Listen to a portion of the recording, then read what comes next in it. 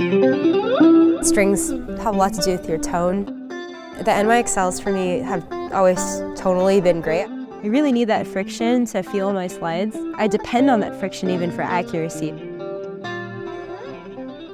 As I noted in the Loathe rig rundown as I was talking with Erik before his show opening for Knocked Loose at Marathon Music Works, I was told about this band several times. We had crossed paths with them because I feel like since the pandemic they've hit the States 3 or 4 times, and we've done different shoots, whether it was a rig or drum rundowns with bands that were headlining and they were opening. And every time I would go away, see when someone would see me posting on social media that I was at this shoot or show, they'd be like, oh, check out Loathe, check out Loathe. And that happened enough, and then obviously people can kind of conjecture future rig rundowns based on who we've seen, and they can kind of get the bill or the tour going on, and they hope for some other bands that are included, and Loathe was always coming up in the comments. So I eventually took that as an impetus to check them out on streaming, and I dug them, man. There's something very referential and reverent about their sound, but it's also future and, you know, forward thinking in terms of incorporating guitar. They use baritone, but in a unique sense. It's not 8-string baritone, but it is still a very heavy thing, but there's a lot of beauty in the music too. It's brutal and beautiful, and there's, you know, hints of all different types of music that if you don't like them on the first listen, I think if you gave them a second, a third, a fourth listen, eventually you're going to find a song or sound that connects with you, and that's what's happened with me. And I appreciate not only the comments, but a lot of people in my life that told me to check them out because it's been well worth my time, and I think you're going to dig out this rig rundown.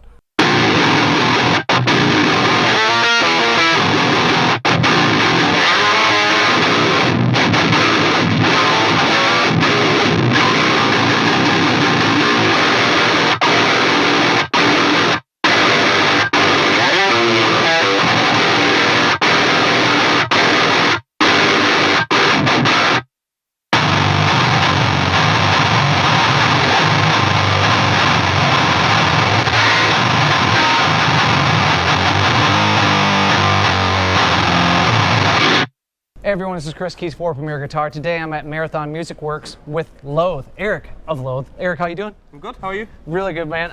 This is a big pleasure of mine. This is a fun circumstance where, you know, everyone hears about everything first on the internet, but this was a situation where I would go to shows and people were like, oh, did you see Loathe? And I was like, no, Chevelle was in town when we did the drum rundown. I had several friends. One I want to call out, Daniel Colombo. He let me know that this is a band I need to check out. Word of mouth still works and prevails. I heard about you guys, been a fan ever since. Amazing. And I'm really pleasured to kind of squeeze this in real quick. We rocked out with Knocked Loose earlier. Check that out with Perry and Jared doing the rundowns with the guitar and drums. Now we're talking to you. Let's dive right into it. Baritone guitars, but not like the 7-string, 8-string pointy things. No, this is my Gretsch baritone, supplied to me by Tim. Shout out Tim at Gretsch and Fender. This is kind of what I've been using for the past, I think, maybe 4 years. Okay. It's been kind of like my go-to guitar for anything Loathe related when it comes to playing, and as of recently writing as well when we do this kind of like lower tune stuff. It's great, man. It's kind of like one of the 2 guitars that I'm known to play at the moment. Yeah. So yeah, it's awesome. How did you get into these instruments? You know, because was it a conscious decision not to go to an ESP 8-string? Yes, yeah, definitely. We aesthetically. I think aesthetically, and also just the tones are quite, you know, very different. So yeah. we wanted to have a bit more of like a British rock kind of sound pushed further into the world of like extreme metal influence when we write and stuff. And this is, you know, I think it fits the bill aesthetically as well as how it sounds. It doesn't sound too metallic and too like sharp, you know. Yeah. So we didn't want to do anything like 7-stringy or anything pointy, just because it's just not the vibe really for us. We don't really like. I don't like the way they look. I think the rest of the guys. Currently, you're billed with Knocked Loose. Yeah. Who are sweet men, but pointy, yeah, pointy and heavy. Listen, I mean, I'm not gonna say it's not cool for other people, but just for me, it's not. Yeah. It's not what I really like to see. Or, I mean, I feel like they play really well, of course, but it's not. You know, for the band that we are and what we're trying to do, it's not the right thing. But yeah, it was actually our drummer, Sean. I was using a 7-string at one point. I think it was a Stephen Carpenter signature.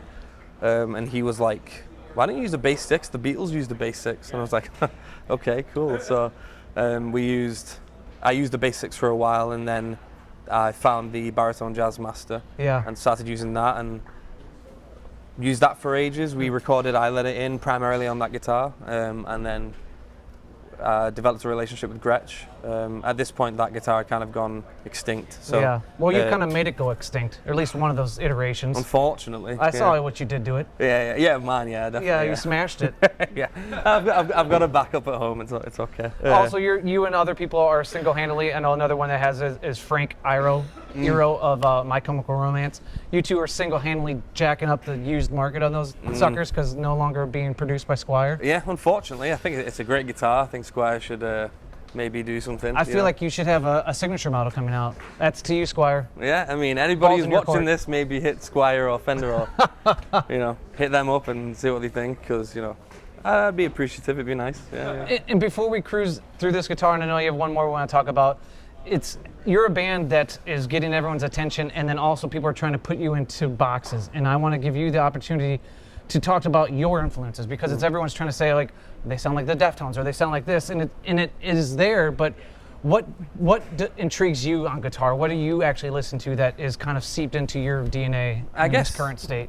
It's hard to really pinpoint, really, but I like when I can hear that someone's feeling what they're playing. Yeah. And we were talking earlier about Meshuggah as a big influence on me, specifically Frederick. I feel like his influence and background in kind of like jazz guitar and anything like that is really inspiring to me and very unique and interesting, especially when put into the metal zone or anything like that, because a lot of people are kind of like shredding, like all that sort of stuff.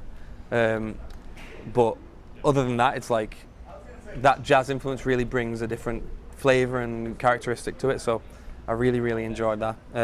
Are there any other non-metal or maybe surprises that people wouldn't think? Because I know that you don't classify yourself as a metal guitarist, but as a person that dabbles in the heavier music sometimes? I guess like the one that I always say is Thomas Erak from The Fall of Troy. Yeah, we were saying before, it's the kind of like, I started to really, really enjoy playing guitar when I started to play Guitar Hero.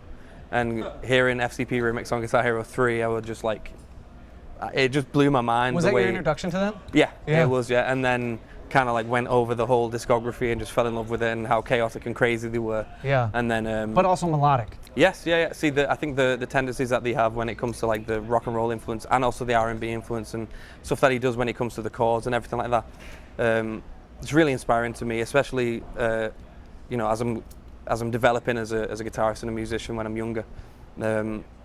He's like huge influence on me, yeah. And I'm glad to call him a friend now. Shout out Tom, man, legend. That's awesome. But yeah.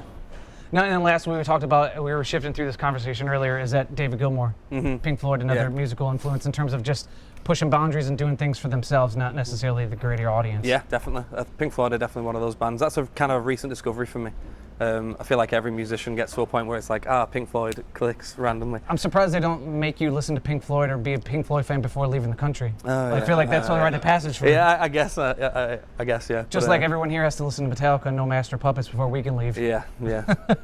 Well, what should we know about strings and tunings? I know that obviously 6-string baritone, but what gauges are you on? Because I'm sure that's pretty interesting. So at the moment I'm using, I think it's a baritone light to heavy set from the Dario, but I use a 105 on top, which is essentially out of necessity at the moment because we range from E, which is that, and then all the way down to B, which I need to go quite far.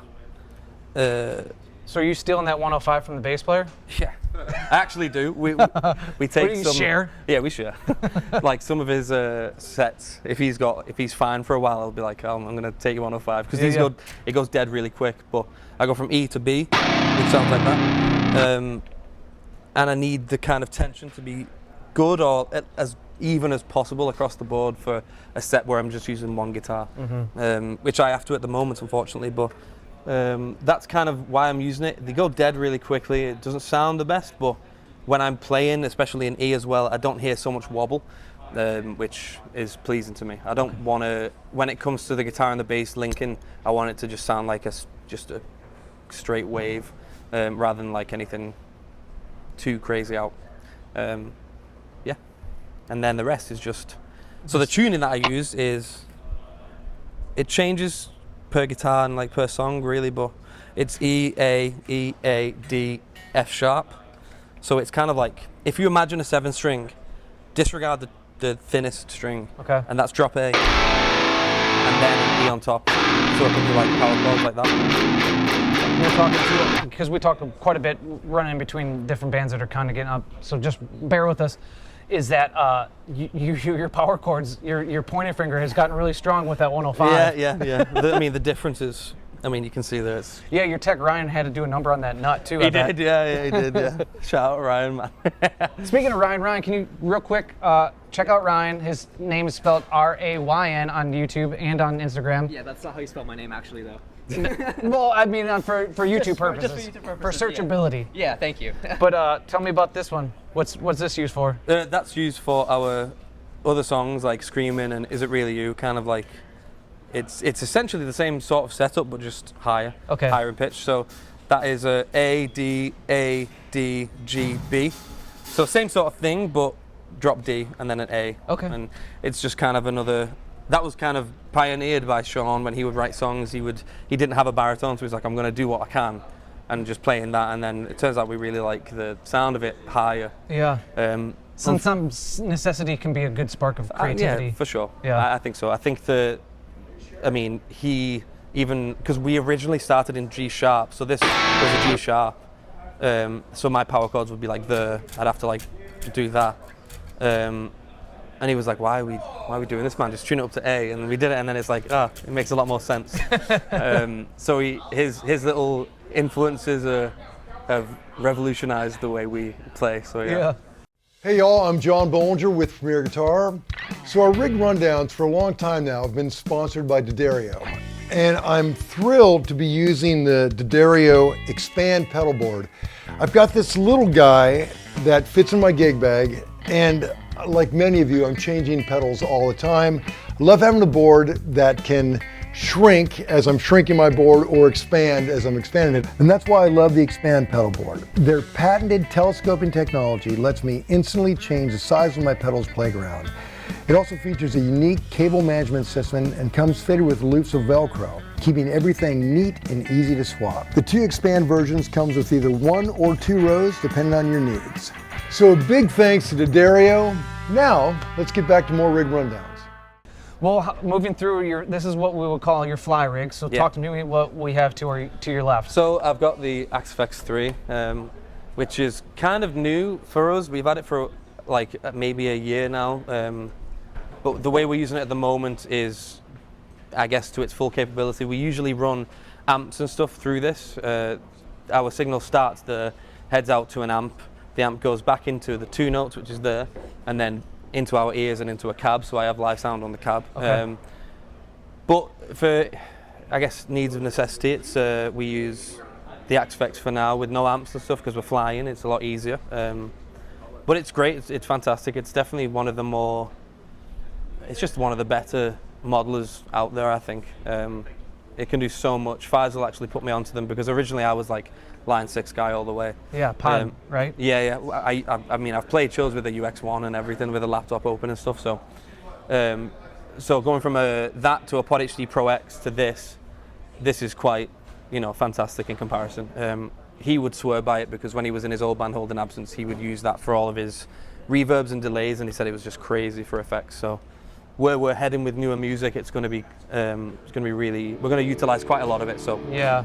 But we use that at the moment, and then all that kind of. Me and Feisal have an identical setup here. What amps are you using within the Axefx itself to build kind of your core tones? So at the moment, I'm pretty sure it's like a JCM. I don't know if it's a modded one. And then what about, real quick, while you're searching for that? Yeah. What are you using like on your UK or in a dream situation amp-wise? I've used Hiwatt and Marshall before. I'm still kind of like figuring everything out, but both of those amps have served me very well. I would like to use multiple because I feel like I've not found one amp that is like fits all applications and circumstances. Yeah. So my dream thing would be to have a switcher with multiple amps that I use for different sections, different songs and whatnot. But Damn, you're yeah. shooting for the stars with that. Yeah, I know. I've got expensive taste, man. What I was gonna say, it's a blessing and a curse. It's definitely my Achilles heel. So It sounds like you're clearly with these guitars that this one I know streets for like $500-600. So the instrument's not too much, but like the amps, you could see yourself having quite the tab. I mean, yeah, yeah. I mean, what I've used is a JSM 800, which is just like a classic rock amp. You just can't deny it. And I think I got the influence to use that specifically with this type of music because I've noticed Meshuggah use like modded JCMs and stuff, and obviously their tone is like crazy. So, and then I just feel like it's like a classic amp. We use classic kind of looking guitars, but the application is so different that it's just really interesting and unique. And but also it sounds fantastic. I think it sounds really good. I am running a clon into that amp. Which I saw like Lee from Bring Me doing recently. We used to use like rat pedals. It's quite the distinction between a rat and a clon. Yeah, I'm like I say, I'm just kind of always going back and forth with whatever feels right and what, you know. Can you show the people at home maybe go through some key sounds real quick that you have? Yeah, so this is like the main one.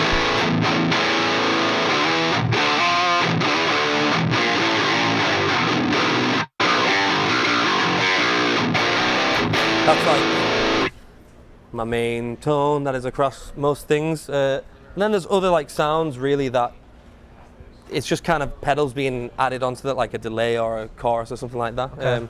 The only other sounds really that are kind of distinctive are played on that guitar for songs like Screaming or Is It Really You, which we take a lot of the drive down and it's kind of crunchy and has chorus and is a bit more atmospheric and stuff. So at the moment though, that's kind of like what we're running with. But when it comes to new music, it's going to be quite a lot more expansive with the sounds and the way we do things and set things up, because it's quite crazy. Yeah, you guys sound like an ambitious crew. You know, shoot for the stars, man. Yeah. Well, I mean, what's the saying? Like, shoot for the stars, aim for the moon. Well, I don't know. Yeah. Aim for the moon. Land of the stars or Whatever something like that. I don't know. Now, real quick, how are you using this? Because this is an addendum to the Axe-Fx. Yes, so most people, if they use an Axe-Fx, would probably use a picture in the Axe-Fx, but I'm like I love the whammy. I love the way the Digitech whammy sounds, and I use it primarily for this octave blend, which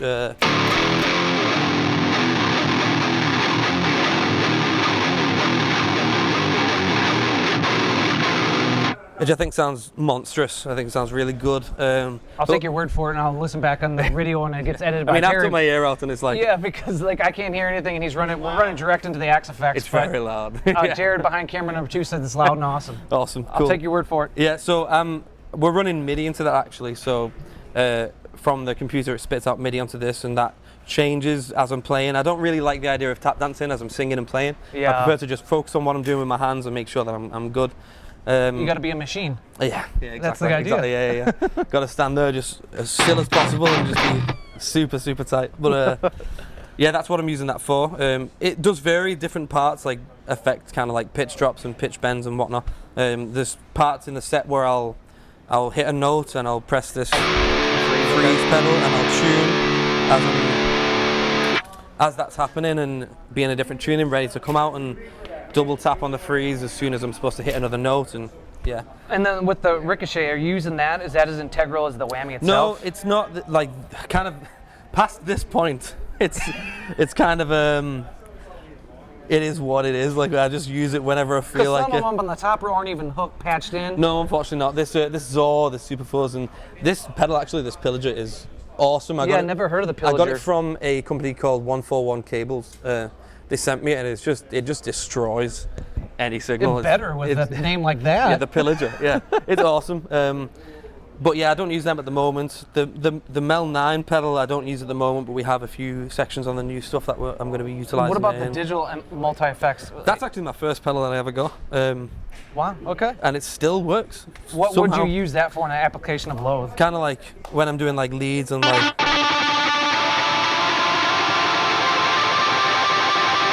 like a delay. They're like a really long delay sort of thing.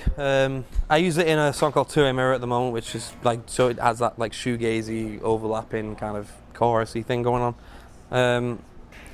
This is probably my favourite pedal ever, just because of this. Oh, the Wonka effect. Yeah. Something like that, though, it's always, you're never going to recreate the same sound twice. Which I love, and I think you can ask anyone in the crew, they're just like, Jesus Christ, man, this guy loves this pedal. At any possible point I'll use it, I will use it. Which is funny because we'll be playing like some soft songs and I'll just be like, Rainbow Machine, look out. yeah, it's crazy. But that's, yeah, everything else, like I say, on this kind of side is just kind of like as I'm feeling it, as and when I'm feeling it, and this is obviously a cool pedal. The name says it all. HM2. Pretty heavier. And I got this pedal here in Nashville, actually, the Mantic Flex. Yeah. From the Third Man store, and it's really awesome. I just love that kind of like Sonic discombobulation. yeah, I love the that kind of like bitty, nasty like Jack White stuff. It's so sick, man. So I had to pick that up last time we were here, and yeah, it's been on the board since. Again, there's no real application for it. I just love the way it You're sounds. having fun up there. Yeah, exactly. That's the whole reason. You know, that's the whole point of doing it. So, yeah, man. Eric, I know everyone's staring at us and waiting for it to get going because it's time to go. But Yeah. Can I ask you a real quick question about you and the band? What can they expect in the future? I don't want to pin you down about date or any timetables of records, but new music is being created. And what is some type of goal or thing that you guys are trying to push towards? I feel like the goal that we want to do is to. It sounds a bit corny, but to push music in different directions. I think the four of us have very differing and very unique influences that when we pile together, we create something that is, again, unique and just very different to the modern kind of things that are coming out. And not to discredit anything like that, but I just feel like there's definitely music in the world that the four of us as individuals are missing. And we want to be the people to create that and put that out into the world. And hopefully people who agree with us join us for the ride, and if not, that's absolutely cool. You can pick them up at the next stop. Exactly. Now, is this a situation where we have to remember this as a Chinese democracy or fear knocking Oh no, moment? I said this before. No, it definitely was. It's definitely been far too long. We noticed that and realised that, but it's not in.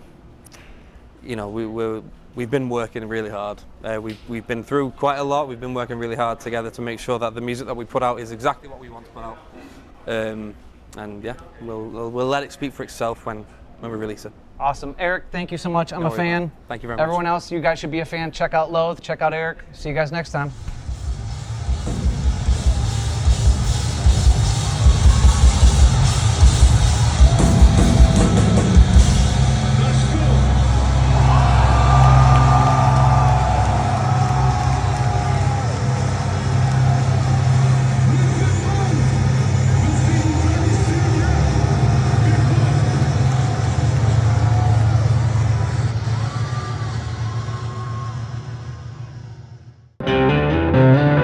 I'm going on 5 years with D'Addario.